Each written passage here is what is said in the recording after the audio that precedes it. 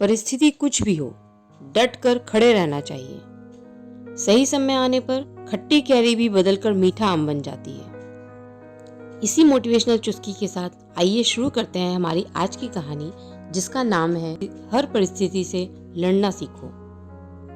दोस्तों, यह कहानी है दो भाइयों की। एक गांव में मोहन और सोहन नाम के दो भाई रहते थे। उनके माता पिता कुछ समय पहले ही एक दुर्घटना में चल बसे थे। अब दोनों भाई ही एक दूसरे का सहारा थे। मोहन सोहन से बड़ा था, इसलिए मोहन अपने भाई की हर जरूरत पूरी करना अपनी जिम्मेदारी मानता था। वह चाहता था कि सोहन अच्छा पढ़ लिख कर नौकरी करे, इसलिए मोहन दिन रात मेहनत करके पैसा कमाता था और उन पैसों से सोहन की पढ़ाई का खर्चा उठाता था। मोहन एक कारखाने में काम करता था।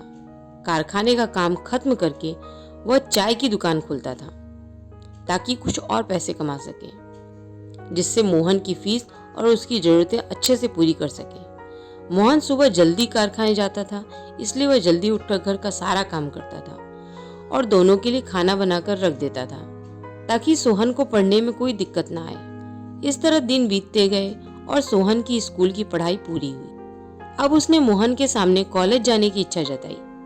मोहन के लिए कॉलेज की फीस भरना थोड़ा मुश्किल था, लेकिन फिर भी वह सोहन की बात मान लेता है ताकि उसकी पढ़ाई ना रुके। अब मोहन को और ज्यादा काम करना पड़ता था। मोहन रात को 12 बजे तक कारखाने और चाय की दुकान वाला काम खत्म करके घर आता था और सुबह जल्दी 5 बजे निकल जाता था। इस तरह समय गुजरा और सोहन ने अपने कॉलेज की पढ़ाई जारी रखी। वह कॉलेज में अच्छे से पढ़ने लगा।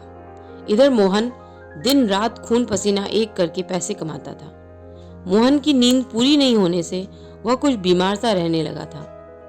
फिर भी वह हर हाल में काम करता था। उसके मन में एक ही उम्मीद थी कि सोहन पढ़कर बड़ा आदमी बनेगा तो सब ठीक हो जाएगा और उसे इतना ज्यादा काम भी नहीं करना पड़ेगा। इस तरह से 3 साल बीत गए। आज सोहन के कॉलेज की पढ़ाई पूरी हुई और आज उसके कॉलेज का परिणाम आने वाला था। मोहन बहुत खुश था कि सोहन बहुत अच्छे अंकों से पास होगा। मोहन उस शाम को मिठाई लेकर जल्दी घर पहुंच गया और घर जाकर सोहन का इंतजार करने लगा। उसने सोचा कि आज सोहन के आते ही वह उसे मिठाई खिलाएगा। मोहन अपने भाई का इंतजार करने बैठ जाता है।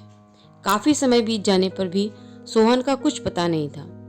मोहन बार बार दरवाजे पर जाकर देखता रहा। इस तरह रात के 11 बज चुके थे। अब मोहन का भय बढ़ने लगा, लेकिन फिर भी उसने खुद को संभाला और कहा कि कैसा लड़का है, परिणाम अच्छा आया होगा, इसलिए दोस्तों के साथ पार्टी करने चला गया होगा और अपने भाई को ही भूल गया। वो मन को बहलाने लगा। अब तो काफी समय हो गया। मोहन को लगा उसके भाई को कहीं कुछ हो तो नहीं गया और वह डर गया। कुछ देर बाद कोई दरवाजे पर आया। अब सोहन ने राहत की सांस ली और कहा, चलो ये लड़का आ गया। उसने दरवाजा खोला और देखा कि कुछ पुलिस वाले आए हैं। मोहन डर के मारे कांपने लगा और पूछा कि आप लोग क्यों आए हो? मेरा भाई कहाँ है? वो ठीक तो है ना? इतने में एक पुलिस वाले के पीछे से सोहन निकला और मोहन के पैरों में पड़ गया। मोहन ने उसे उठाकर गले से लगा लिया और कहा, भगवान का शुक्रिया कि तू ठीक है, मैं तो बहुत डर गया था। इतने में एक पुलिस वाला कहता है कि मोहन जी, आप बहुत भाग्यशाली हैं, आपके पास सोहन जैसा भाई है। सोहन ने आज वो कर दिखाया है जो हर कोई नहीं कर पाता है। इसने अपनी कॉलेज की पढ़ाई के साथ पुलिस की भर्ती की तैयारी भी की थी।